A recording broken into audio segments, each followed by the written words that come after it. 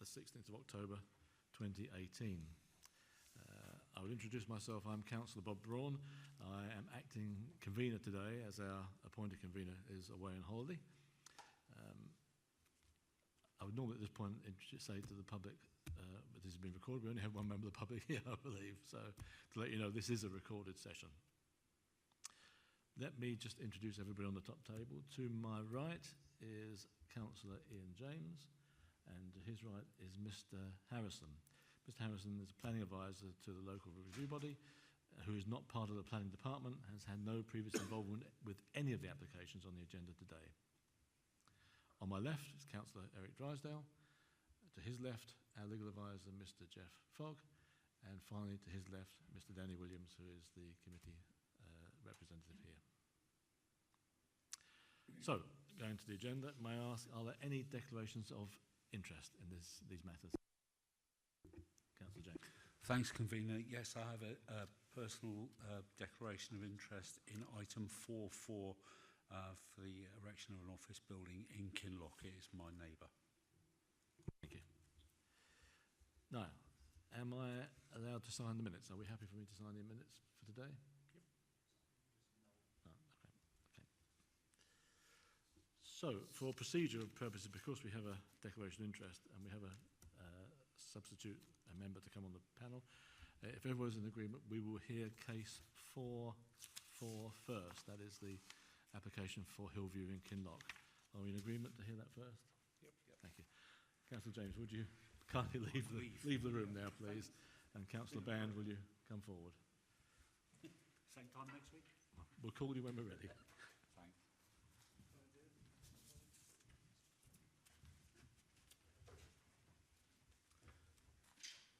And I'll introduce Councillor Band, who's going to substitute for Councillor James on this one case. We're now here then case number 4.4. Can I ask first of all, is there anybody here who's an interest in this matter? No. Right. So, Mr Harrison, could I ask you to introduce it for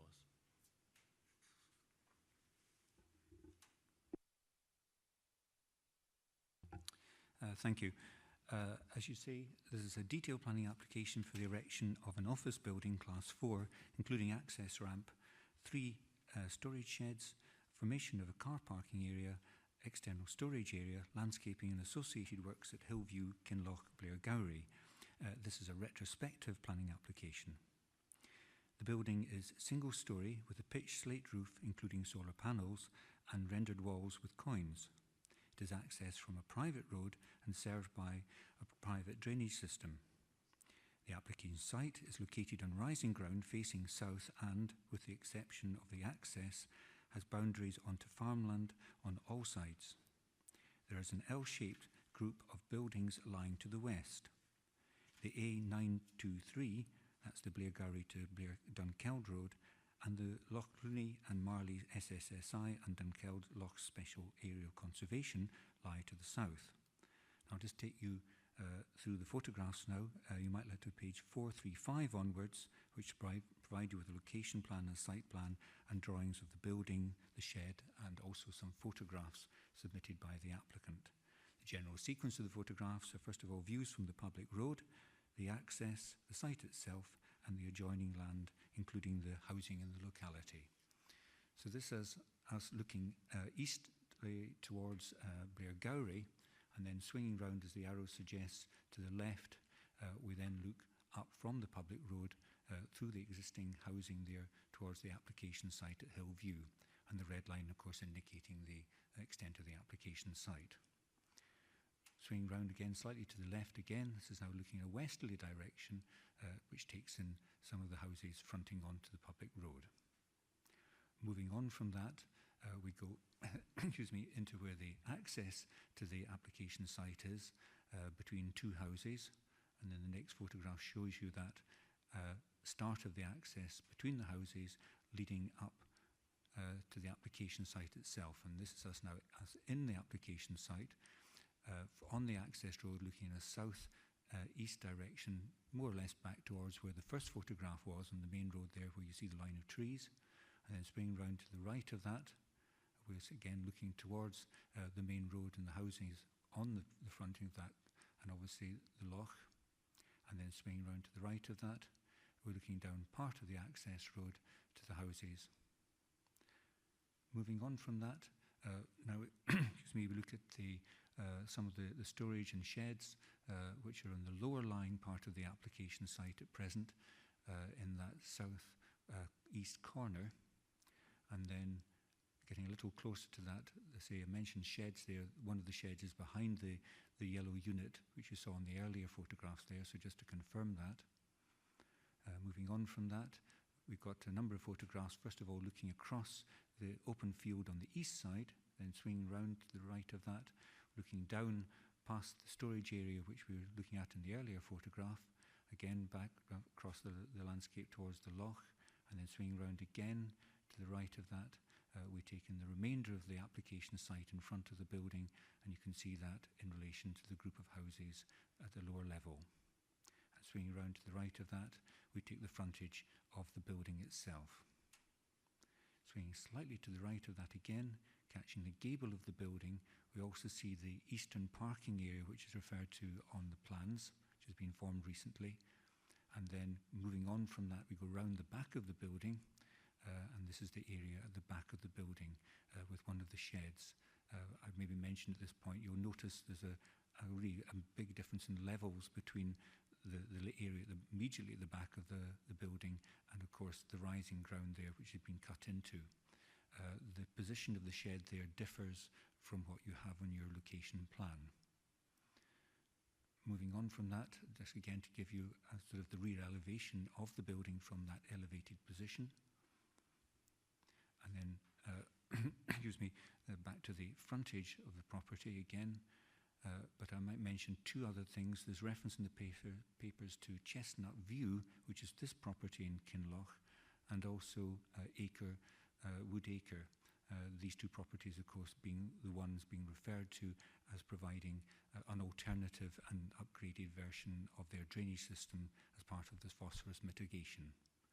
So I'll just leave you that general photograph of the frontage of the building. By way of introduction, in relation to the planning history of the site is a material planning consideration. There appears to be no dispute between the planning officer and the applicant as to the main dates and facts which set the background context for the current proposal. These may be summarised as follows. There was a planning application for the erection of 2 houses in 2005, which was withdrawn, and a planning application for a holiday home in 2011, which was refused. This was followed by a prior notification application for a general purpose agricultural building, which was given consent in 2012. In 2014, the applicant's agent sought the planning authority's view as the building had been erected further north of the approved position. They were advised that a planning application would need to be made to seek to regularise the situation retrospectively. Although no application was received, the view taken by the council's officers at that time was that it was not in the public interest to initiate formal enforcement action given the limited planning harm and the approved use of the building for agricultural purposes. The building was subsequently brought into use as a house by the then applicant and previous owner, Mr. Burke, who made a retrospective planning application seeking to regularise the residential use of the building and its altered design and position, and that was in November 2016. This planning application was refused as being contrary to Local Development Plan Policy RD3, Housing the Countryside. The subsequent appeal to the local review body was dismissed in October 2017. An enforcement notice was served seeking the cessation of the residential use. The notice was served on the current application as the new owner of the property. The appeal against the notice was dismissed by the DPEA in May 2018.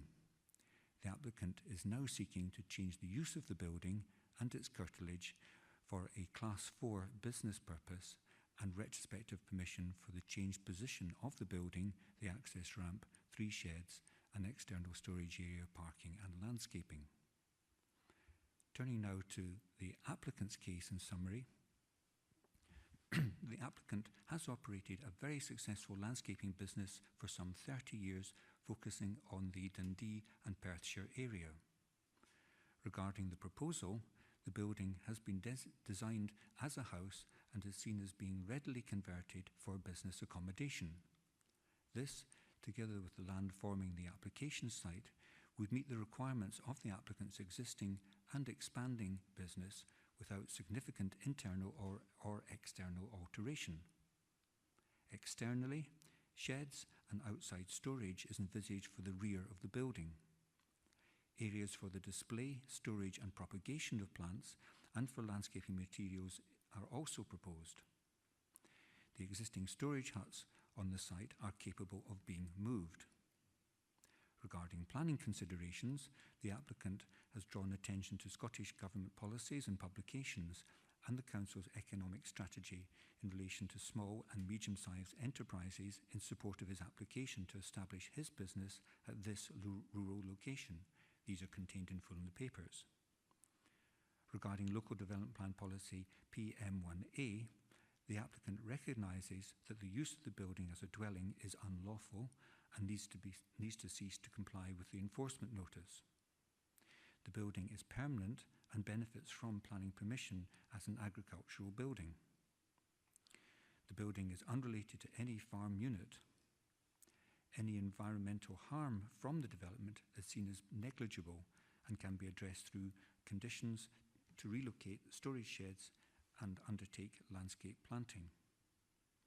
Regarding Local Development Plan Policy ED3, this states that and I stress preference, not a definite requirement for rural business to be within or adjacent to settlements. The proposal is seen as meeting all of the criteria of this policy in that it is compatible with adjoining land uses, building designs, and does not adversely affect residential amenity. The building has been accepted in the landscape, and there is a locational need for the business. In addition, access is satisfactory and no retailing is involved or proposed. In addition, attention is drawn to an English court decision regarding a Gypsy Travellers site and questions the proportionality, unreasonableness and rights under Article 8.2 of European Convention of Human Rights. The applicant considers that there has been a complete disregard to his personal circumstances in assessing his proposal to the extent that the planning authority's actions have been disproportionate and unreasonable. Regarding the change of circumstances, the applicant bought the property believing the building to be a lawful dwelling house. He also intended it to accommodate the relocation of his long-established family business from Blairgowrie to this site, both for himself and that of the next generation of his family. As well as having nowhere to stay, the refusal of permission would cause his business model to fail with extreme personal financial consequences. He challenges the proportionality of this decision to refuse planning permission in relation to the unreasonableness of the restriction this places on his personal property and circumstances as a result of the Council pursuing its legitimate policy goals and objectives. In the applicant's view, granting planning permission does not adversely affect any public interest, has no policy implications, and would not set any undesirable precedent. Refusal raises the prospect of the building becoming disused. The applicant sees his business as contributing to the rural economy, and Local Development Plan Policy ED3 only indicates preference for business uses within or adjacent to a settlement. In conclusion, the proposal is considered to be in accordance with the development plan, and there are material considerations in favour of planning permission being granted. A temporary consent would also be acceptable to the applicant. Turning to the officer's report of handling in summary, as previously indicated, the planning history of the application site is seen as a relevant planning consideration in assessing this proposal and understanding the background circumstances of the current application. Scottish planning policy emphasises the importance of relocating the right development in the right place as part of delivering sustainable economic development. One of the key objectives of the local development plan is to reduce the need for travel whilst increasing economic sustainability. In this context, Local Development Plan Policy ED1A identifies locations for employment uses being generally within or adjacent to settlements. At this location, Local Development Policy ED3 is the most relevant consideration. In broad terms, this gives favourable consideration to the expansion of existing businesses and the creation of new ones in rural areas. However, there is a preference for these to be within or adjacent to settlements. Sites out with settlements may be acceptable where an existing business is being diversified or there is a site-specific resource or opportunity. The applicant has indicated that his business operates from Blairgowrie, but that site is too small for his purposes. No evidence has been provided to suggest that the application site has a site-specific resource which is met by this location or for this particular business. Similarly, there is no evidence that the present and future requirements of this business could not be met elsewhere at a more sustainable location, for example, land currently allocated for business in Blairgowrie. In planning and sustainability terms, it is seen as more logical and appropriate for a business of this nature to be located within a settlement in a designated employment area, as indicated by Policy ED3. Consequently, in the absence of any detailed site-specific justification, the principle of the proposed development at this location is assessed as failing to comply with the requirements of Local Development Plan Policy ED3. A business at this location has the potential for generating noise, which would be a source of disturbance to residents in the nearby houses. In assessing the proposal in relation to Local Development Plan Policy EP8, the officer concludes the proposal could operate without detriment to residential amenity, provided it adhered to conditions controlling hours of operation, plant and equipment control, external lighting, and the terms of a noise management plan. The building is seen as having a prominent position, separate from the building group as viewed from the public road. The erection of the agricultural building on site at a slightly lower position was allowed through the prior notification procedure. As such, the building itself is not seen as being contrary to Local Development Plan Policy PM1A and PM1B placemaking. However, the storage sheds and outdoor storage area in front of the building is seen as changing the character of the site. Notably, the shed is seen as failing to make a positive contribution in accordance with Policy PM1A. Regarding drainage, the site lies within the Lunan Valley catchment area, where Local Development Plan Policy EP6 and the associated supplementary guidance apply. These seek to protect the water quality of the Dunkeld Blairgowrie Special Area of Conservation and the Lochs Cluny and Marley SSSI, notably regarding phosphorus discharge.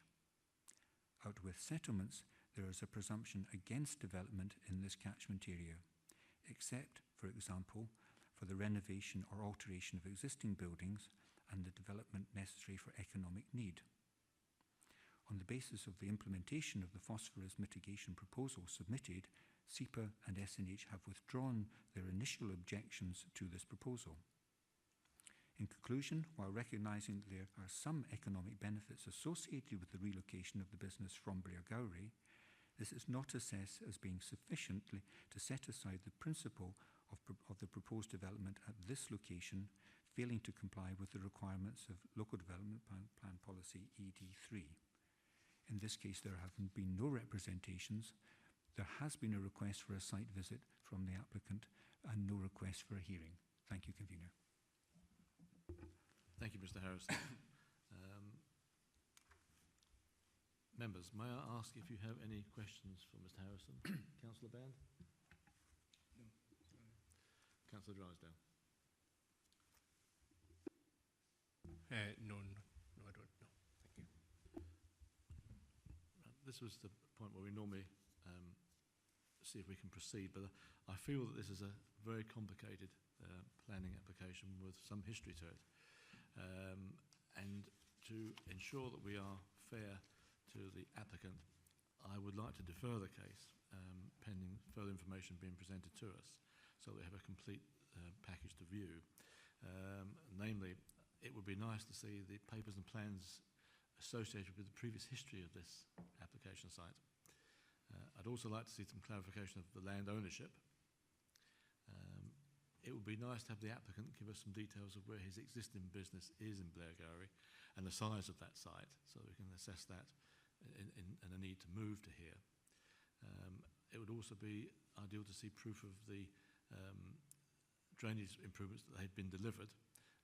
This was a condition that SEPA and the Scottish National Heritage withdrew their objections that these were delivered. So I feel that it would be nice to see that that has been done, and also a defined location for the storage to ensure that's not in view. So can I ask Mr. Fogg, is that clear enough for planning to come through? Yeah, just bear with me. My writing catches up.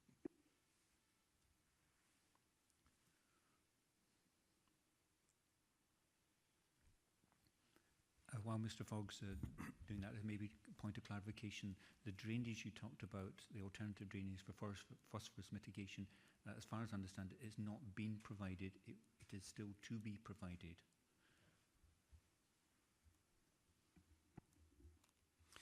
Yes, Convener. I'm clear as to the additional matters you were asking for there, although I take it in light of Mr. Harrison's intervention at the end there, the drainage information that you're seeking is clarification on how the applicant would propose to deliver the phosphorus mitigation in light of the that's correct on that basis, yes. responses from SEPA. In which case, I think I'm clear on that.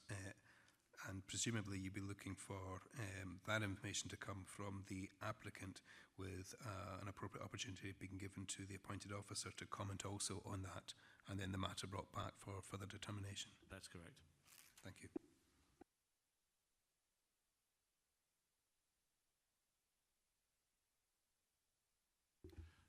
Okay, on that basis, we've clarified that case and brought it to a conclusion for today. Thank you, Councillor Bann, for your sitting there. Could we call back Councillor James?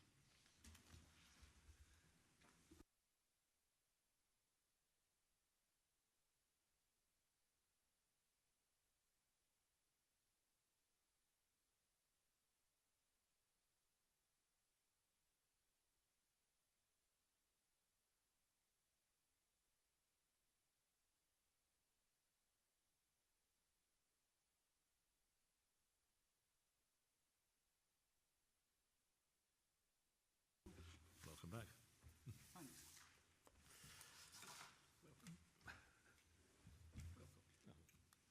We'll proceed now to back on to the applications in order now. So we're now on application 4.1. This is regarding an erection of a dwelling house in principle on land 20 metres south of 41 Findlay Drive, Longforgan. First, I may ask, are there any members of the public here interested in that one? No. Right, can I ask Mr. Harrison, will you introduce that case for us? Thank you, Convener. As you say, this is a planning application in principle for the erection of a dwelling house at land 20 metres south of 41 Mary Findlay Drive, Longforgan. The site is slightly more than half of the area of grass, trees and shrubs between two cul-de-sacs in this estate of modern houses. The indicative proposal envisages a 3-bedroom, 2-storey house with access off the cul-de-sac. The proposed house plot extends to some 440 square metres. You might like to have page 59 available, provide you a location plan and an indicative site plan. The general sequence of the photographs are to be the open space as seen from the east, then the open space as seen from the west, and then other areas of open space in the estate, as an example.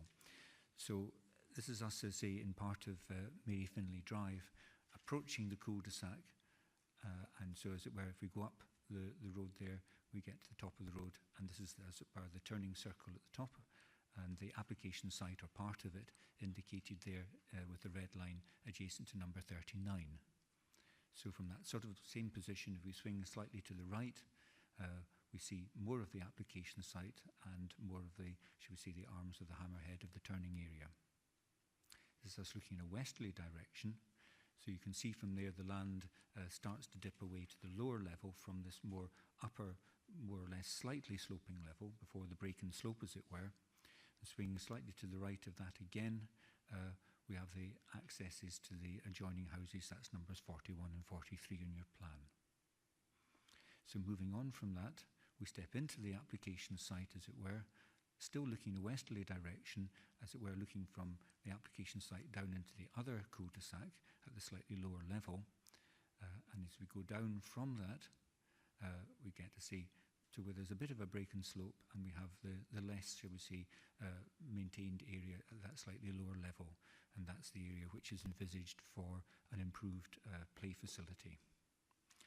Moving on from that, we move down to that cul-de-sac that you're looking at in that photograph. And this is us now, as it were, looking from that cul-de-sac back up towards the application site. And some of the planting you see there on the left-hand side of the red line area, and then swinging round to the right of that, we see some of the other, planting and trees adjacent to the other houses. And swinging round again to the right of that, we're looking down the other arm, as it were, of the other cul-de-sac at Mary Findlay Drive. So moving on from that, just in slightly more detail, this is some of the existing landscaping adjacent to the application site, in this case slightly within the application site. This would be the, shall we say, the edge, which the footpath, which has been referred to in the papers, would be running along adjacent to those houses you see on the left-hand side of the photograph. And then swinging round to the right of that slightly, just to illustrate, that's one of the trees within the lower area. And then we also have a group of other trees on that boundary of the houses on the other side of the area of open space. I mentioned there was some other open space. This is a footpath link through to other open space towards the east of the application site. And just to give you an indication of that, that's the area of open space there as well. And then stepping back from that area of open space, we have a play facility in that position too. And this is an playground which is lying slightly to the east of the application site. So I'll just leave you with that general photograph. Turning first of all into the applicant's case in summary, the site is viewed as being largely unusable due to its east-west slope. It is envisaged that the development of the house would enable the provision of an equipped play facility on the remaining area of open space, together with an adoptable standard footpath to link the two cul-de-sacs. While Local Development Plan Policy RD1 seeks the retention of open space in residential areas, the loss of open space for the house plot is seen as being compensated for by these enhancements to the remaining ground and the increased connectivity within the housing estate. The applicant has purchased the open space from the maintenance company that went into liquidation. This approach to the development of the site and improvement of the remaining open space is the applicant's cross-funding business model in circumstances where councils are unable or are unwilling to take on the maintenance responsibility for such land. It is proposed that the provision be secured through a condition or a Section 75 agreement for the maintenance of this area. The indicative plan and the assessment of the existing housing shows that a plot size, footprint, private garden ground area and overall density reflecting the existing housing can be achieved. Consequently, the officer's view that the proposal is an overdevelopment is not accepted. It is noted that the planning officer does not view the existing trees as being of significance. The proposal is seen as being in accord with Local Development Plan Policy RD1, PM1A and PM1B. The applicant is agreeable to meeting the transport infrastructure contributions. Turning in summary to the officer's report of handling, it is recognised that the land is not formally designated as open space within the Local Development Plan. Therefore, policy CF1 does not apply. However, the criteria for supporting infill development within Local Development Policy Policy RD1 seeks the retention of small areas of private and public open space for recreational and amenity value. the proposed development of this open space land is assessed as having an adverse impact on the character of the locality and the integrity of the wider and original provision of open space within the estate. As such, it is not seen as making a positive contribution to the locality as it involves an overdevelopment of the open space. Additionally, the proposal would detach the present connection between the two cul-de-sacs. It is recognised that there is an informal route across this ground, well used by dog walkers and people going to and from the bus stop. In this context, where an alternative is not being provided, the proposal is seen as being contrary to Local Development Plan Policy CF2 regarding public access. The site is seen as being large enough in physical terms to accommodate a house. It is anticipated that a house could be designed which would not compromise the residential amenity of existing adjoining houses. In this case, there has been 18 letters of objection received, mainly concerning the loss of open space, impact on amenity, and the proposal being contrary to Local Development Plan policies. Details of the objections are contained on page 70 onwards. In this case, there is neither a request for a site visit nor a hearing. Thank you, Convener. Thank you, Mr. Harrison. Are there any questions now from members? Councillor Drysdale. Thank you, Convener. Yeah, just a couple of questions just for clarification. Firstly, regarding the proposed use of the less well-maintained ground that we see in front of the car there on the picture.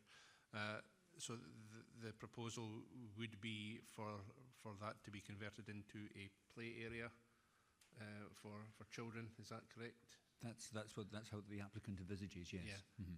Can I ask then, one of the previous photographs that you showed was of a play park that exists somewhere in the vicinity. How close is that other play park? Maybe if I can find, let's see. If you look at page 59, and if you look from the application site, as it were, in a northeasterly direction, you'll see beyond the row of houses there as an open space. The play area is just off the page, as it were, adjacent to that open space. So that the footpath you see going through that open space, if I just go back to the photographs, maybe that will help. The winding footpath you see in the photograph there is the winding photograph in that top right-hand corner of the illustration there. And if I move from that photograph to the next photograph, you can see beyond the play equipment, the area beyond that is the area in the previous photograph, if that helps. So I'm stepping back from this photograph. If you can imagine, I'm stepping back from that and looking towards that space from this photograph. Mm-hmm. Does that give you an indication where it is? Okay, thank you. Yeah. Thank you. And my other question, and apologies if you covered that in what you were saying there, but I may have missed it, but just in relation to the original application, I'm curious regarding primary education. The contributions officer recommended that a condition to reflect the effects on school capacity, that there should be a contribution basically to funds for primary education. However, I don't understand why that would be the case with just one property. That's page 38. Convener, I could maybe Sorry. clarify that's because the supplementary guidance in relation to education contributions does extend to single properties.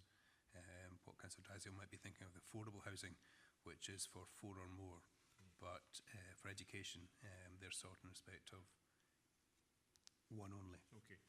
Thank you. Councillor James? I don't have any further questions and comments. No further questions. I have no questions either. So, members, can we proceed to determine the application for review on the basis of the information before us, that is, the information contained within the papers and the presentation by the planning advisor, or do we require any more information? Happy to proceed? I'm happy to. Yeah.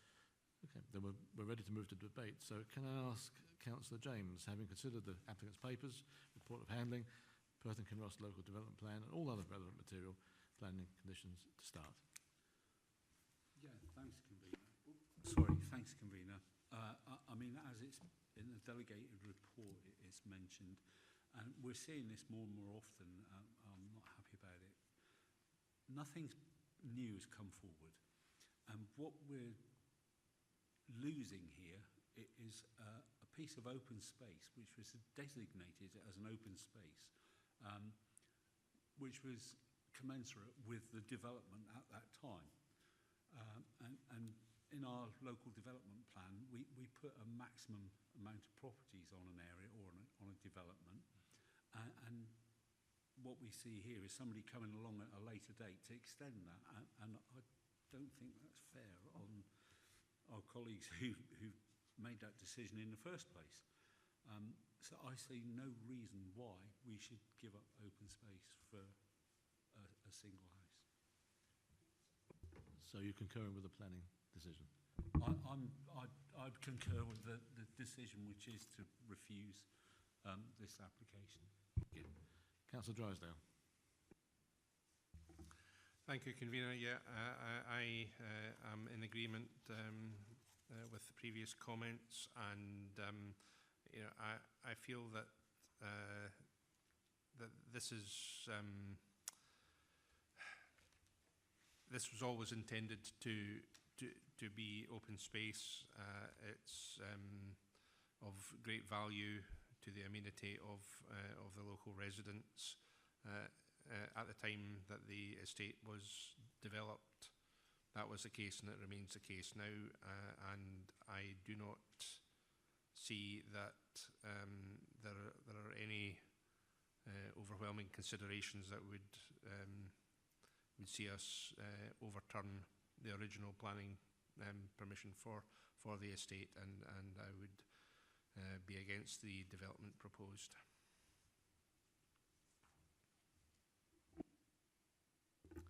Thank you, Councillor Drysdale. I am in agreement on this occasion, I think, with my two colleagues that we should go with the decision made by the planning department. This was open space designated within the original plan, and it should remain so. And therefore I'm in agreement with the reasons for refusal, which was in section 1 and section 2 of the original refusal document. There is an item number 3 which related to the public access. I'm not sure whether that should stay in regard to the fact that there was mention in the report of handling of a pathway putting in, so I'll defer to Mr. Fogg's confirmation of that. We are correct, convener, insofar as the applicant has expressed a willingness to allow connectivity and make provision for a path. And so if you were not persuaded that the third reason is correct in light of that proposed change by the applicant, you may prefer to confine the reasons for refusal to reasons 1 and 2 only. It's Are my colleagues in agreement with that? Yes? Yes. Yeah. We'll just delete that one, number 3 off then, please.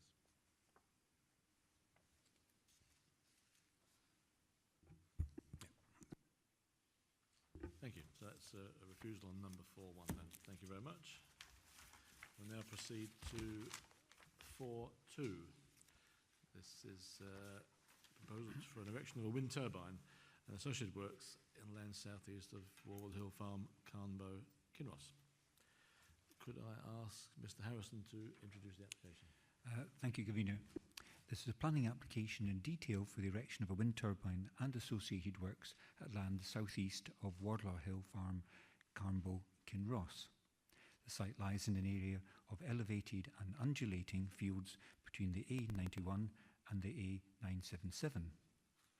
The turbine would be 18.5 metres to hub level and 25 metres to tip level, giving a blade diameter of some 13 metres. I'll just take you through the few photographs I have fairly quickly, because obviously you have photomontages provided. These photographs will simply be of the application site itself, looking out to the landscape, and I'll just do that now. You might like to have page 197, which provides you with a location plan and site plan, and of course you have the photomontages on pages 141 onwards. So, say this is us approaching the application site, but just to give you an indication of the general surrounding landscape, this is us looking north towards Carnbo from the slightly elevated part of the ground, which includes the application site. And this is us looking past Carnbo up to the Ochils. So if we swing round slightly to the right of that, we're looking more in a northeasterly direction and catching the edge of the Ochils, as it were. And swing round again to the right of that. We're looking more in an easterly direction now, and you're starting to pick up the Lomond Hills. And round again to the right of that, we're looking down the access track to the application site, and we're picking up the pylon which is adjacent to the turbine position. And swinging round again to the right of that, just for fullness, this gives you the openness of the landscape, looking in a westerly direction from the access track. So moving a little bit closer to the application site itself, the green dot, as it were, giving a general indication of the position of the turbine relative to the pylons, and of course the views beyond towards the Benety Hills in that instance, looking in a southeasterly direction. And then swinging to the right of that, still got the application site identified, but in this case we're now looking in a southerly direction towards the Crieff Hills. And then swinging round again to the right of that, we can just see the pylon lines, as it were, going off into the distance towards the southwest. And just from the actual position of the turbine site, this is us looking in an easterly direction, then a southeasterly direction, and then in a southerly direction. So I'll just leave you with that general photograph. Before you go on, Mr. Harrison, I may, when we're dealing with wind turbines, I think it's always advisable if we as a body have a chance to have a site visit. Mm-hmm. And if my colleagues are in agreement, perhaps we may defer this pending a site visit. Mm-hmm. Now, I believe that the photographs we have in our pack obviously are condensed. There are full-size photographs available from planning, and that may be useful if we have those when we do the site visit.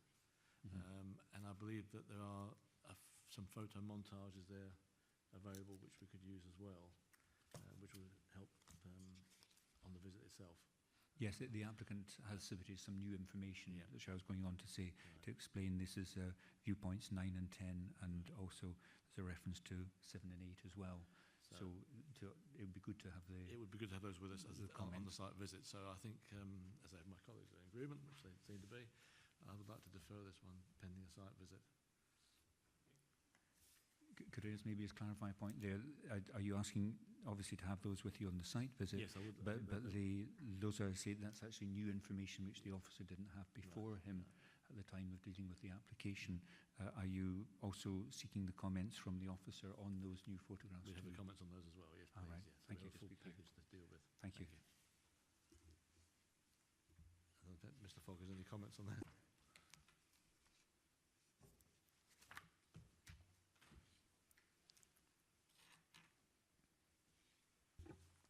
So we'll now move on to number 4.3. This is the residential development in principle on land 150 metres west of Lochran Moss, Blairadam.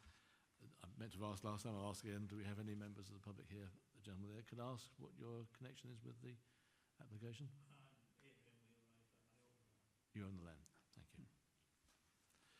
Mr. Harrison, could I ask you to introduce the case? Yes, thank you, Convener.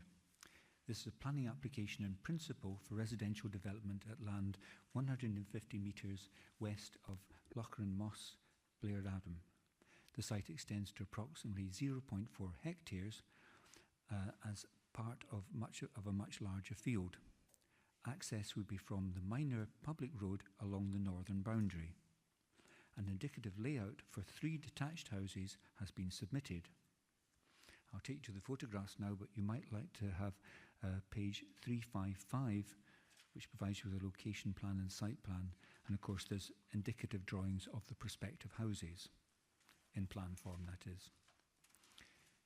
The general sequence of the photographs will be approaching from the west, the existing development in the locality, the site, and then the site in its wider landscape context. So I say this is us on the public road approaching the application site, and it's really just to point out 1 or 2 other properties and the landscape as we go. So this is, I say, looking in a southerly direction from the access road, and then moving on down the access road that there, as it were, moving towards the left.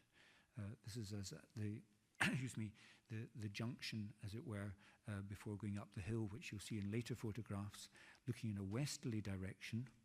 And then there'll be a sequence of photographs as we move round towards the left as we go. So having approached the application site, we then move to the left, and this is as it were looking up the road, which takes you to the properties at the higher level. And I've identified 1 or 2 of them on the photographs there. Hopefully you can relate that to the drawings you've got. So this is looking in a southerly direction, and if we move round to the left of that, and you'll probably just see on the left of that photograph a red line indicating the edge of the application site there. Moving to the left of that further, we now move to, as it were, the main part of the application site, albeit on the far side of the vegetation you see there, the hedging. So we then go along the site frontage, and that gives you a better indication of that frontage onto the public road. And then swinging round to the left of that photograph, we have the main body of the application site, and you'll see other properties and sheds and fields beyond that. Swinging round to the left of that again, we're looking, as it were, straight up the field, of which, of course, the foremost part of it is the application site, and then we have the larger field beyond that. Swinging round to the left of that photograph, we now just step down slightly and see the body of the application site again in the context of houses and other properties beyond. Moving to the left of that, we find ourselves, as it were, at the eastern end of the application site, and you may have noticed that the application site doesn't go the full way to the woodland, which is, I understand, maybe another ownership. There's a little bit of the field left there, and then, as it were, if we go down the access road there, that takes us towards the eastern boundary I was mentioning, and then further down the road we come to Lochran Moss, or the 2 properties that are down there, of which there is a modern property which has been relatively recently built as part of redevelopment on brownfield land, as I understand it. And then beyond that, to go a little bit further down, we've got the original cottage of Lochran Moss. Moving back from that, we now, as it were, go up the hill to a sequence of photographs looking down on the application site. So this is a view towards the property known as Bennerty View, looking in a westerly direction, and then as we move around towards the right, we start to pick up the field between Bennerty View and its stables and cummer trees.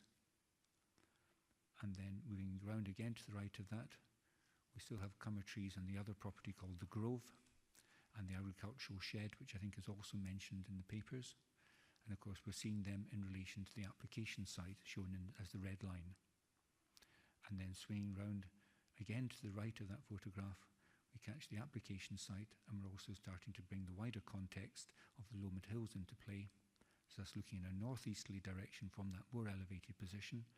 And then again swinging round to the right of that, we still have the Lomond Hills, but we start to take in the Bennerty Hills as well. So I'll just leave you with that general photograph. Turning first of all in summary to the applicant's case, regarding reasons 1 and 2, the development site is seen as being associated with a number of houses, agricultural buildings and a horse riding arena in the vicinity. The development of this part of the field is seen as adding to the cohesiveness of this grouping of buildings. although the site has a linear form, it is not seen as constituting ribbon development by extending an existing linear development. It is considered that the proposal would not create a precedent for more linear development. The proposal is seen as more like an infill development between the houses at Lochran Moss and the houses associated with the riding arena. Regarding reason 3 and the question of landscape containment, the west boundary has mature hedges, the north boundary has a dyke and some planting with a hedge on the opposite side of the road, and woodland associated with Lochran Moss lies to the east. It is recognised that the long southern boundary is to an open field. New planting is proposed to provide containment on that boundary. The character of the wider Lochleven Basin landscape is assessed as an open farmland punctuated with woodland and small building groups, dominated by surrounding uplands. The site lies out with the Lochleven Special Landscape Area.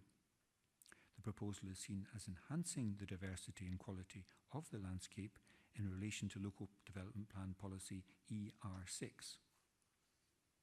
Regarding reasons 4 and 5, the recent development of brownfield sites in this locality is seen as providing an opportunity to develop this site in conjunction with new landscaping proposals to create a sense of identity of the buildings in this locality. Turning now in summary to the Officer's report of handling, the proposal falls to be assessed against the categories of Local Development Plan Policy RD3 and the associated Housing in the Countryside Guide. The applicant considers that the proposal can be supported under the building group category. However, due to the distance separating the site from any houses or other buildings in this locality, the officer does not consider that the site is related to any building group. Consequently, it is not assessed as constituting development within a building group. Similarly, the site is seen as being separated from other built development. It forms part of a much larger open field. As such, its development is not supported as a positive extension of a building group into the definable site formed by existing topography or well-established landscape features. In addition, the site is considered to take the form of ribbon development, a pattern of development which is specifically not supported in the guidance criteria. In conclusion, the proposal is seen as contrary to Local Development Plan Policy RD3 and the Housing in the Countryside Guide 2012. The prospect of building in this open field is also considered to erode the local distinctiveness, diversity and quality of the landscape and fails to create a sense of identity. This would be contrary to Local Development Plan Policies PM1A, PM1B, Part B and ER6. In this case, representations have been received in the form of objections from the Kinross Civic Trust and the Crieff and Blairadam Community Council on the basis that the proposal fails to meet the Council's Housing in the Countryside policy and guidance. In this case, there is neither a request for a site visit nor a hearing. Thank you, Convener. Thank you, Mr. Harrison. Can I now ask if members have any questions for Mr. Harrison? Councillor James. No, Convener, I don't think I have. I mean, we've got a lot of information here with what we've seen. I don't have any further questions. Thank you. Councillor Drysdale. Thank you very much. Members then, can we proceed to determine the application for review on the basis of the information before us? That is the information contained within the papers, the presentation by the planning advisor, or do we require any further information? No? And we'll move to debate.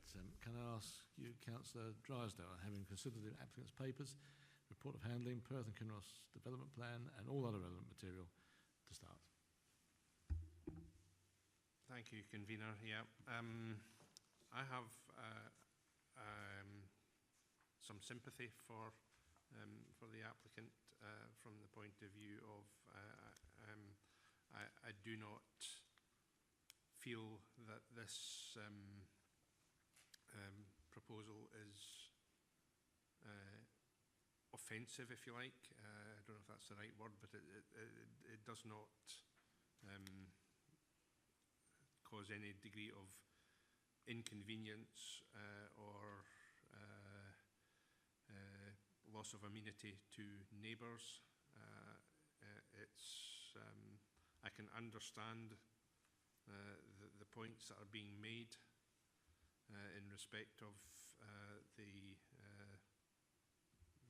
addition to a building group. It is a loose group for sure, and I can see arguments both ways as to as to whether this is truly a building group. Yeah.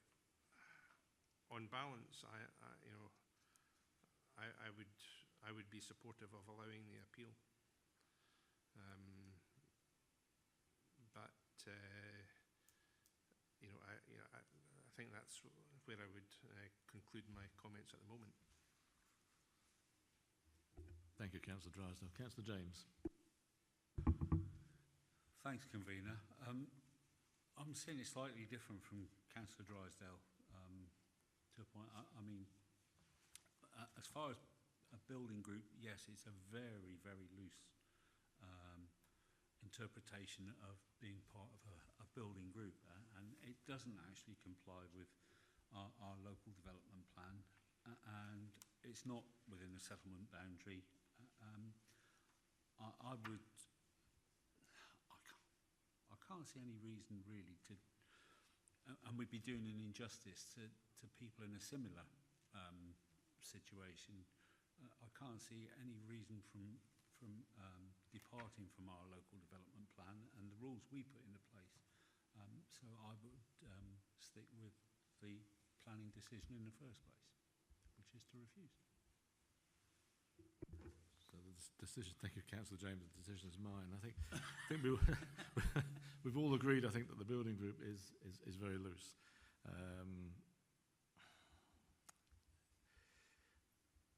Like Councillor Drysdale, I do have some sympathy, but I just feel that we have to stick with the planning rules as they are laid down for a particular reason. And whilst I can see the benefit there, I feel on this occasion I will have to concur with the planners, I'm afraid, that this has to be refused. As to the reasons, reason one, I think, in the note of refusal, I think it mentions RD3, but I think we have to say that it's because I feel not part of a building group, and therefore contravenes that policy. And I think in section 3, the word indicative or proposed should be put in where it says 3 plots, because we are in principle at this stage. And there was a slight error on past 5, but it should be PM1B, not A, as mentioned in the paperwork. But as on this occasion, I think I must concur with the planning officers. Mr. Fogg.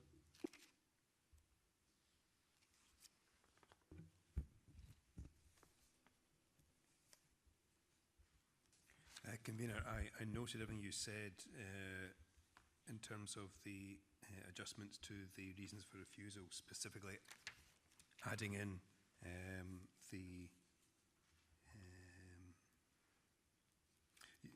your conclusion that it didn't form part of a building group as part of the reasoning within the first reason for refusal, adding in indicative to reason 3 and correcting the reference to criterion A to criterion B in the 5th reason for refusal. I'd be grateful if Councillor Jarvis would confirm that he would be in support of those alterations to those reasons for refusal. James, sorry. Yes. In which case, the application would be refused on a 2-to-1 basis in view of the contrary assessment made by Councillor Drysdale. Thank you very much. I'm sorry, sir, that we've had to refuse it. Very sorry. Thank you.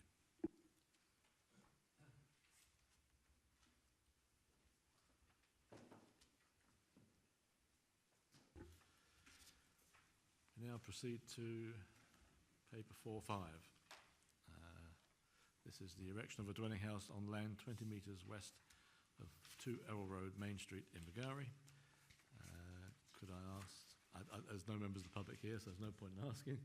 Could I ask Mr. Harrison if you would proceed, please? Thank you, Julia. There's a planning application detail for the erection of a dwelling house at land 20 metres west of 2 Errol Road, Main Street in Invergowrie. The site is some 14 metres wide and 23 metres deep, providing a plot of some 300 square metres. It is proposed to share the driveway with the former Category C, that's a Group B, listed school building lying to the east. A Category A listed Episcopal Church and its grounds and associated rectory and buildings lie to the west. The site is enclosed on 3 sides by stone walls and fronts onto the main street. The proposal is for a 2-storey house which would be set back some 6 metres from the frontage. It would be of a contemporary design using many traditional materials. You might like to have page 687 onwards while that provides you with the location plan, site plans and the drawing of the house. The sequence of the photographs will be approaching from the east, the adjoining listed buildings on each side of the site, and then the site itself. So this is us in the first photograph, as it were, on the main street, looking at the northern side, which as you can see is basically 2-storey traditional terraced properties, a mixture of some shops, but mainly residential. If we swing to the left of that photograph, so we're the other side of the street, we've got a slightly different character here, of course. We've got the Invergowrie Parish Church in the immediate foreground, and this is us looking up towards the site, as it were, in the far distance. And of course, we have the spire of All Souls Episcopal Church there, the Grade A listed building, which will be in a number of photographs later. Moving on from that, if we, shall we say, just take it in sequence and go up the road a little bit, this is us looking at the sort of the open area associated with Invergowrie Parish Church, or as it were, on the corner between that and the adjoining properties we'll see later on. In fact, if you look through the foliage there, you can just make out the far parts of the former school, as it were, over the vegetation. Moving on from that and moving slightly to the right, we swing round and we see that corner that I mentioned before, and we have the schoolhouse, the site, and above that, of course, the spire of the Grade A listed building. As it were, going round the corner at that junction, now we've got the former school, which has been converted, I understand, mainly to residential use on Errol Road. And again, we still have the church spire beyond that. Swinging round to the right of that, we're looking back down to the junction where we've come from. So we've got the school buildings and the schoolhouse. And then on the opposite side of the road from the schoolhouse, of course, we have the parish church. And moving down the road again, this is us back on the main road, as it were, with the schoolhouse and All Souls Church beyond. We're just beginning to catch the corner of the application site. In more detail on that. So if we go slightly to the right of that, we're still catching the edge of the schoolhouse there and the spire, but you see the red line, which is basically the frontage of the application site, and the break in the wall there, which is the shared access referred to in the papers, which we'll see a little bit later on as well. So, as it were, moving up the road a little bit from that, we're looking back in the other direction, the frontage of the application site and the roofs of the schoolhouse beyond. And the trees you see on the right-hand side of the photograph there, again, they'll appear in the later photograph. That's the one the officer refers to with slight concern that there may be some effect on those trees within the grounds of the Grade A listed building. So swinging round to the right of that, we're looking, as it were, over the wall towards All Souls Church. And again, to the right of that, we've got at the entrance to the main part of the parking area in front of All Souls Church. And then if we move in to that parking area, we're able to look back across the cars towards the application site. And of course, we've got the roofs of the schoolhouse as well. So moving on from that, back onto the main street. This is us now looking down from in the easterly direction along the frontage of the application site, and we're picking up some of the terraced houses which we saw in the first photograph. So we go down the street a little bit. We're at the entrance, which was a shared entrance with the existing schoolhouse.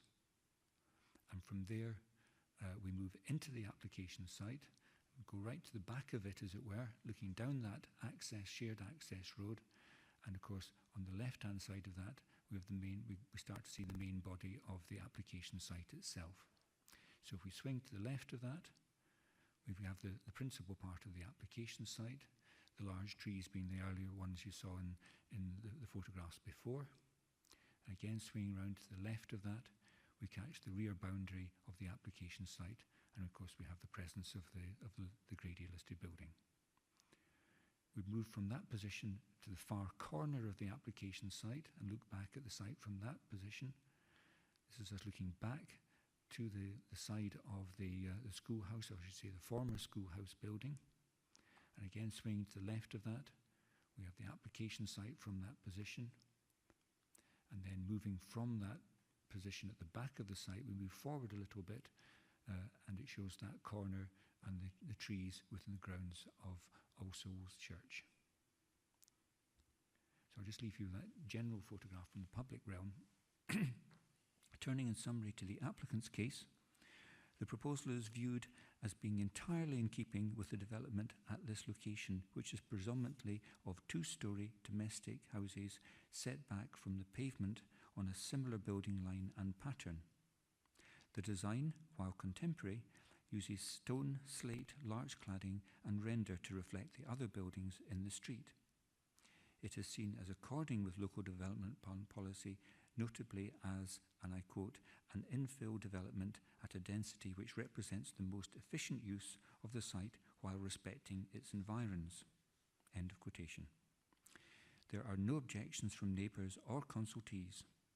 In particular, Historic Environment Scotland does not consider that the proposal raises environmental issues of national importance and does not object. The observations of the Council's Conservation Officer regarding the alterations to the boundary wall to improve access and the colour of the render could be addressed through a planning condition. Additional illustrative material has been submitted, which is seen as demonstrating that the impact of views on the Category A listed building, All Souls Church, would be negligible. The church is set back some 20 metres and screened by substantial trees. Regarding the third reason for refusal, the officer's reference to these trees being the subject of a tree preservation order is incorrect. Turning now in summary to the officer's report of handling, Local Development Plan Policy RD1 offers general support for infill development, provided that this is compatible with existing land uses and respects visual and residential amenity. The plot ratio, provision of garden ground, and the residential amenity of neighbours would generally meet the council's normal standards. However, the proposed house, which would occupy the centre of the site and its full width, is seen as being assessed as squeezed in relation to adjoining buildings and the character of this particular locality and the immediate group of buildings. While Historic Environment Scotland has not formally objected, it saw this as a sensitive location and has expressed concern that the forward position of the development would disrupt the historic relationship between and views of the Category A listed building and the group of Category B listed school buildings. It is suggested that the siting of the house should be reconsidered. Improving the standard of access to the site would involve the loss of some of the stone wall on the frontage, which is part of the listing. The trees within the adjoining churchyard are covered by a blanket TPO, and the roots of the trees on the boundary may be adversely affected. In conclusion, the proposal is not considered to be acceptable in land use terms due to the impact on the environs. While the design of the house in itself does not raise particular concerns in terms of its scale and visual prominence at this location, it is seen as an overdevelopment of the land in a manner that would have an adverse impact on the setting of the adjoining listed buildings. The existing garden ground of the schoolhouse is seen as important in maintaining the setting of that building and providing a separation between it and the adjoining church. In this case, there are no representations. There is a request for a site visit, but no request for a hearing. Thank you, Convener. Thank you, Mr Harrison.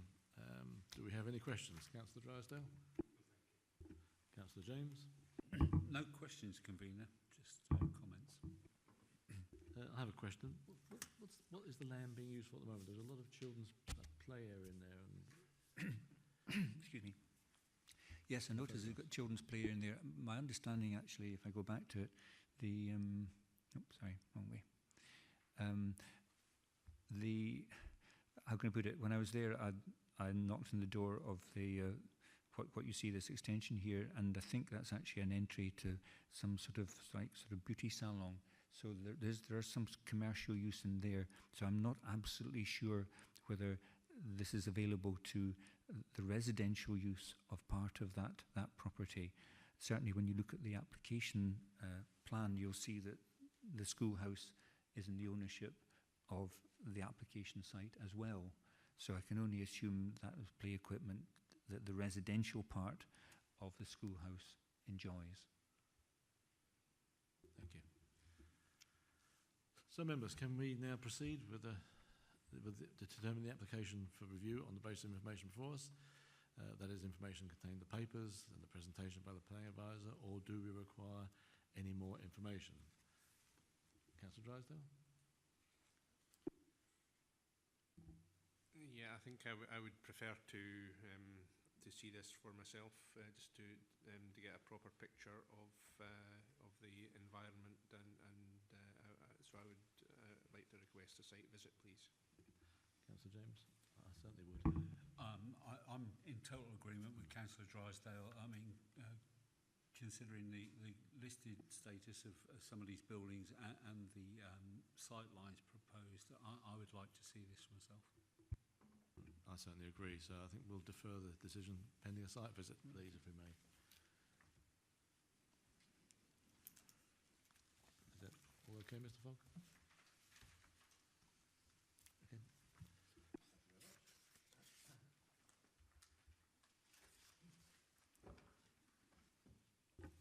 So we now come to the last paper of the morning. This is number 4.6, which is the erection of a workshop store on land 20 metres northwest of Orwell Cottage, Academy Road, Crieff. And again, if I could ask Mr Harrison to introduce the last one for us. Certainly. Thank you, Convener.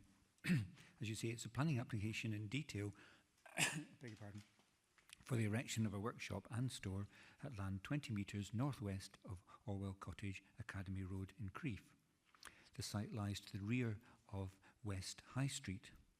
The ground is an area of unused and made-up land incorporating a level area and a steep embankment.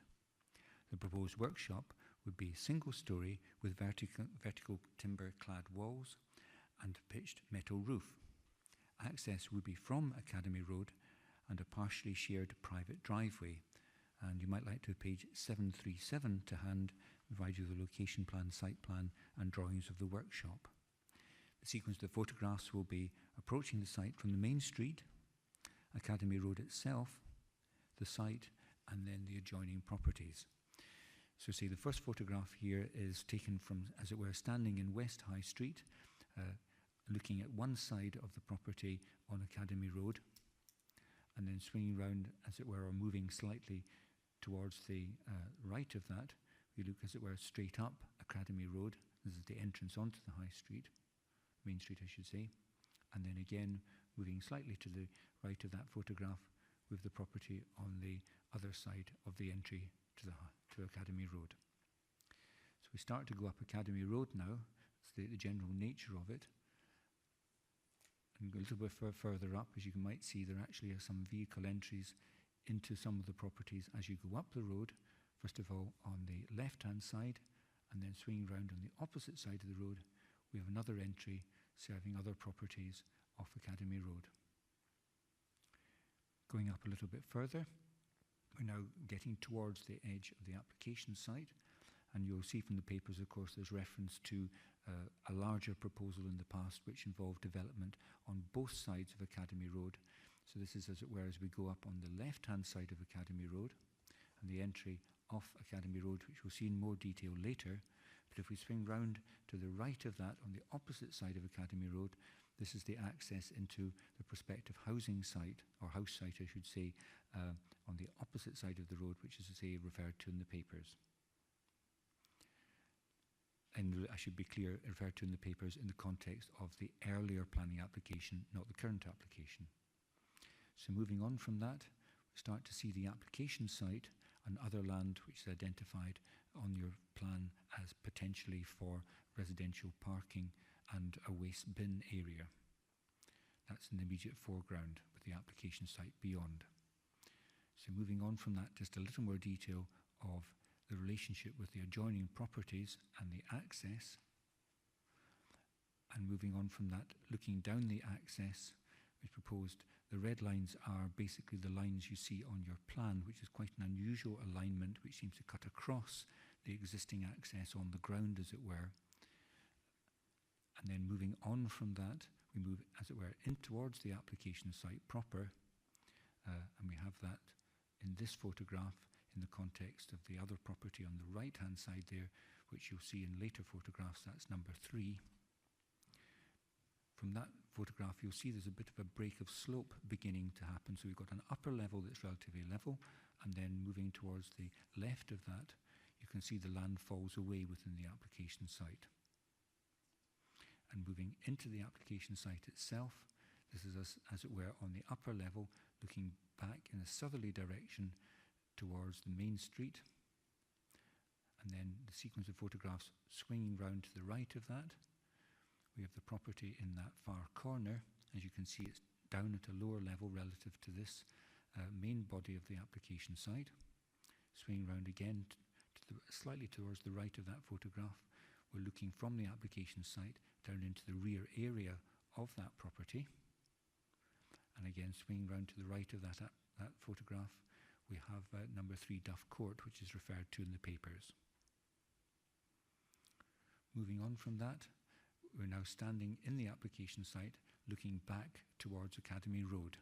And you can see the entry to the proposed house plot on the far side where you see the shed. Swinging round to the right of that, we see some of the other adjoining properties on Academy Road, and again to the right of that was this looking right down, as it were, down the slope to the rear of the properties on the main street. And just to give you an indication of the difference in levels, this is us looking from the lower level across the slope, and then swinging round to the right of that, we're looking up towards number 3 Duff Court. So I'll just leave you with that general photograph. Turning first of all in summary to the applicant's case, the plans show that the workshop would have no windows, which minimises the prospect of adjoining properties being overlooked. The previous report on the proposal to the Development Management Committee also indicated that the building would not have an overshadowing impact on any adjoining property, and that includes number 3 Duff Court, which lies to the north. The planning officer also recognised that the proposed use of the building as an artist's studio was not expected to have an adverse impact on residential amenity, something confirmed by applying the 45-degree test to the workshop drawing, and that's on page 741.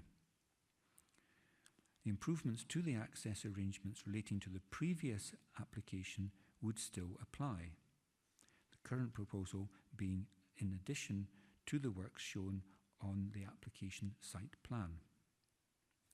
Turning now in summary to the officer's report of handling, the previous proposal involved the erection of a house on the eastern side of Academy Road, while the parking, waste storage area and workshop was on the western side. The latter is illustrated on the site plan. The consent for the development required all elements to be developed concurrently to ensure that the house was developed after the other improvements. This sought to secure residence parking, bin storage and a passing place. Despite the site being located in the town centre, where Local Development Plan Policy RC1 favours commercial development, the proposed workshop is seen as an acceptable land use in the context of the surrounding residential area. This unkempt land within the conservation area would benefit from development, including the use of the vacant ground to provide residence parking and bin storage as previously approved. The design and material of the proposed building in itself is seen as being acceptable in the conservation area. However, in granting the previous planning permission, the workshop was excluded from the consent as it was seen as having a detrimental impact on residential amenity. This concern remains, notably in relation to the elevated position of the workshop above the properties to the south. The house to the north is not assessed as being overshadowed by the proposed building. A workshop is viewed as generating additional traffic and noise to the detriment of existing houses, contrary to local development policies RC1 and PM1A and B. This proposal does not include the parking, bin storage and passing place that were seen as an essential benefit and a requirement of the previous approval. It is not possible to link this application to that approval. In this case regarding representations, 6 letters of objection have been received, mainly concerning the proposal being contrary to local development plan policies and guidance and visual impact on the residential amenity of the locality. Traffic and pedestrian safety and the scale and design of the building are also seen as of concern. In this case, there is neither a request for a site visit nor a hearing. Thank you, Convener. Thank you, Mr. Harrison. Members, do we have any questions? Councillor James. Thanks, Convener. I suppose a very quick one. Page 779 of our papers, it mentions that it's a private road. Is that a case, that it is a private road? I noticed, first of all, that there's no consultation with the Roads Authority. The only consultation on the roads aspect is with the Trunk Roads Authority, which unfortunately I don't think you've actually got a response to. I think beyond, I think if you turn to page,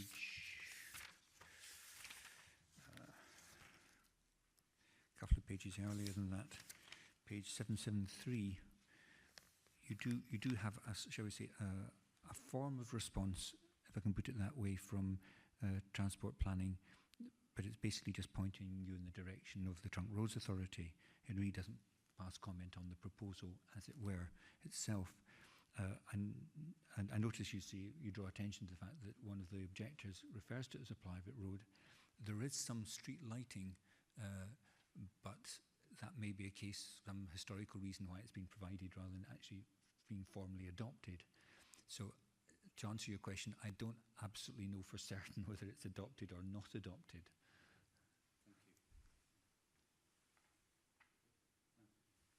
Councillor Drysdale. Yes, thank you, Convener. One question. I wonder if I could see again the photograph of the property that is lower than this site here. I think it's just... If I go back and you stop me at it, as it were, there's more than one or two... gold. That one. I thought it would be that one. So, can I ask, and I don't know if it's appropriate to ask here, but I mean there are comments in the representations about significant overshadowing of one particular property. Is that the property? No, it's not, because basically because of the orientation. That wouldn't be overshadowing. That's basically to the southwest of the main body of the application site. To the north, we have. It's referred to in the papers as the Hughes property, which is, I presume, one of the residents. I'm just anxious to try and see which is the Hughes property. I can only assume it's number 3 Duff Court, because that's the one which seems to appear the area of concern, and certainly that's, I say, as you can see, that's the northern boundary. So if there was to be any overshadowing, it would tend to be in that direction. The applicant, of course, has put in an indication of the degree of overshadowing on page 741. On page 741, which, if you like, is a cross-section, shows the relationship between the proposed workshop and number 3 Duff Court, which is the property you're looking at there.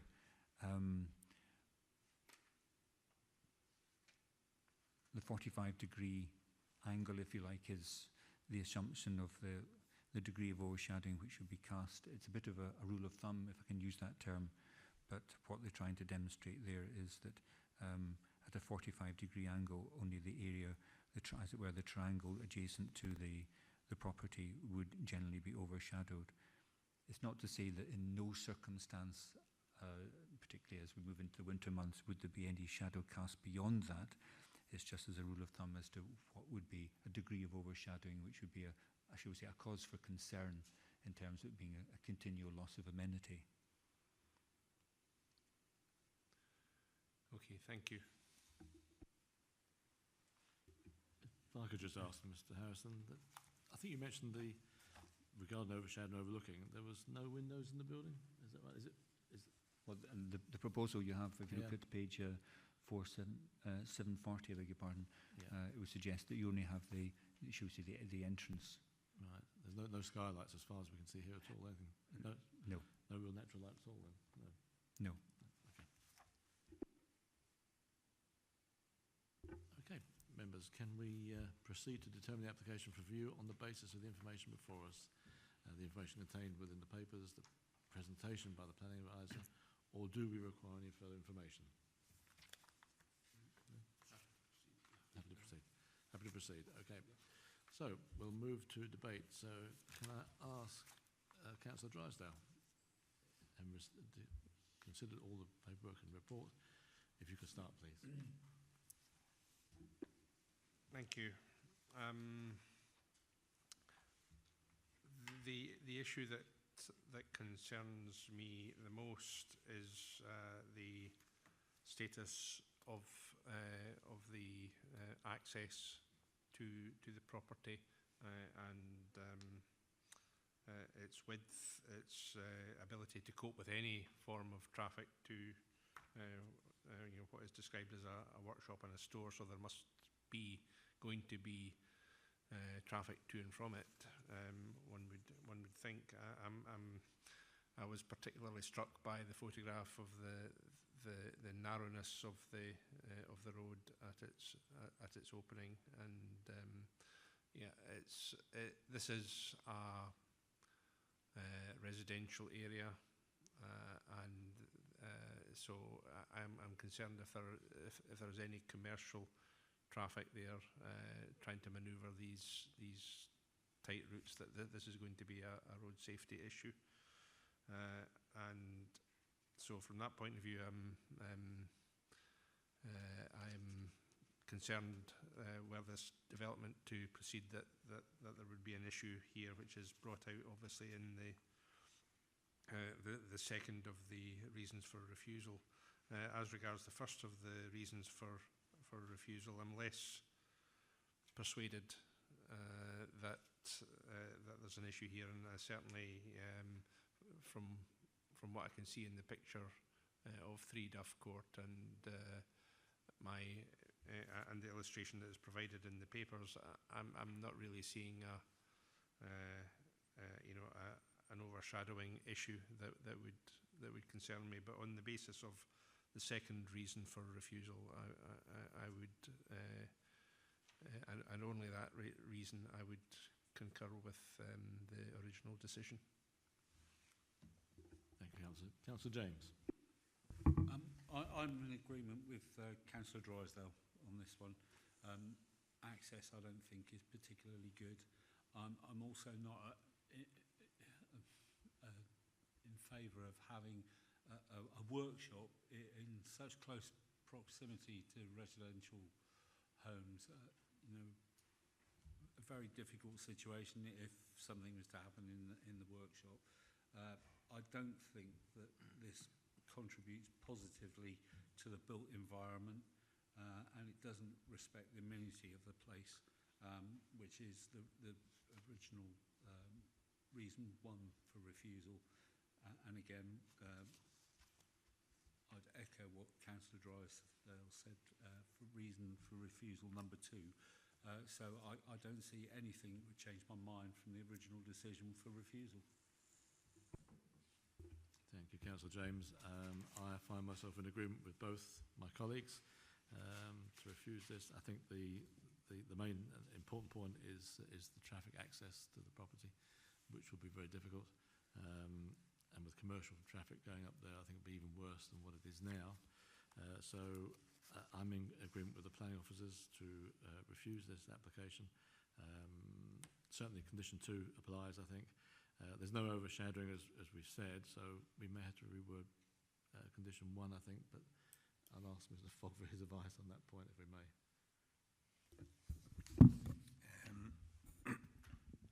Yes, I think I do require further clarification, Convener, because at the moment, I have a contradiction between Councillor Drysdale's position, which was clear that he would refuse the application for the reason, the second reason only in the planning officer's decision notice, and not for the reasons set out in the first reason, that's to say policies PM1A, B and RC1. Councillor James, however, said that he did agree that access was not good, but he went on to say that he also does not favour a workshop being in close proximity to residential homes and doesn't feel that it would make a positive contribution to residential environment, which I felt was actually seeking to found on reason 1, which is perfectly acceptable. There's no obligation on you to agree on all aspects, but there was a difference there, and then I did think that you were perhaps unclear, Convener, if I can be so blunt, as to whether or not you were seeking to found at all on the first reason or simply the second. I've agreed to some extent with Councillor James that I don't think it's a suitable place to locate that workshop. I'm not sure of the policy guides PM1A, PM1B, C and RC1 would apply. That's what I was just wanting clarification right. on, really. Okay, I think then what I'm taking, and if you would be content for Mr. Harrison and I maybe to finalise the wording later, I think there's a unanimity that you are all in support of the second reason for refusal, but you split insofar as Councillor Drysdale would only found on the second reason for refusal, but the other 2 of you would also found on a modified reason 1, which is to do with the conflict between the commercial or workshop nature of the proposal in this predominantly residential setting. And perhaps if I was to modify it on that, I think I'm representing the views of 2 of you only, and it would then be minuted as a 2 were founding on 2 reasons and 1 on reason 2 only, which is to say quite permissible. With your permission, Convener, with what we've got I totally agree with what you're saying, Mr. Fogg. I would remove from the first reason the proposal will result in overlooking, because we've decided there's no windows. So the sentence there about overlooking, I believe it would have a dominant and imposing impact to the detriment of the residential amenity. Maybe not the loss of daylight as such, but it would. I don't think it would be right for the amenity. So maybe remove the unacceptable loss of daylight and the overlooking neighbour property. Yeah, that's helpful, Councillor James, and maybe to save time, if I could then reflect whether that reason in the modified first sentence is best represented by some or all of the 3 policies specified afterwards, and modify it to reflect what you've just told me.